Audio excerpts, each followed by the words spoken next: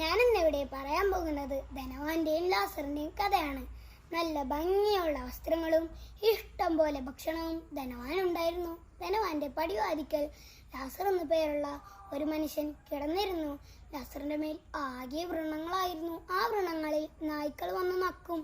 പാവം ലാസർ ധനവാൻ ഭക്ഷണം കഴിക്കുമ്പോൾ താഴെ വീഴുന്ന ഭക്ഷണം കിട്ടാൻ കൊതിയോടെ നോക്കിയിരിക്കും.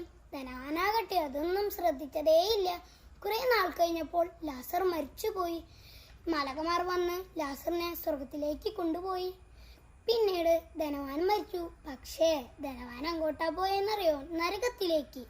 അവിടെ തീയിൽ കിടന്ന് കഷ്ടപ്പെടുമ്പോൾ ധനവാൻ കണ്ണുകളുയർത്തി നോക്കിയപ്പോൾ അബ്രാഹത്തിന്റെ മടിയിൽ ലാസർ സുഖമായി കിടക്കുന്നത് കണ്ടു. ഉടനെ ധനവാൻ വിളിച്ചു പറഞ്ഞു, പിതാവായ അബ്രാഹമേ, എന്നിൽ കനിയണമേ. ഒരു തുള്ളി വെള്ളം തരാൻ ആ ലാസറിനെ ഇങ്ങോട്ട് അയക്കണമേ. ഞാനിവിടെ തീയിൽ കിടന്ന് കഷ്ടപ്പെടുന്നത് കാണുന്നില്ലേ? പിതാവായ ദൈവം പറഞ്ഞു, ജീവിച്ചിരുന്നപ്പോൾ ലാസറിന് കഷ്ടതകൾ മാത്രമല്ലേ ഉണ്ടായിരുന്നത്? നിനക്കോ എല്ലാവിധ സുഖ സൗകര്യങ്ങളും ഉണ്ടായിരുന്നില്ലേ?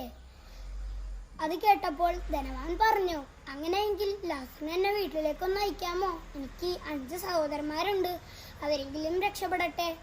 പിതാവായ അബ്രഹാം പറഞ്ഞു, അവർക്ക് മോശയും പ്രവാചകന്മാരുണ്ട്, അവർ പറയുന്നത് അനുസരിക്കട്ടെ. അതുകൊണ്ട് പ്രിയ കൂട്ടുകാരെ, നമുക്കും സ്വർഗത്തിലേക്ക് പോകേണ്ടേ? നമുക്കുള്ളതെല്ലാം മറ്റുള്ളവരായി പങ്കുവെക്കണം. എല്ലാവരോടും സ്നേഹത്തിൽ പെരുമാറണം. ഈശോ നമ്മളെല്ലാവരെയും അനുഗ്രഹിക്കട്ടെ. നന്ദി.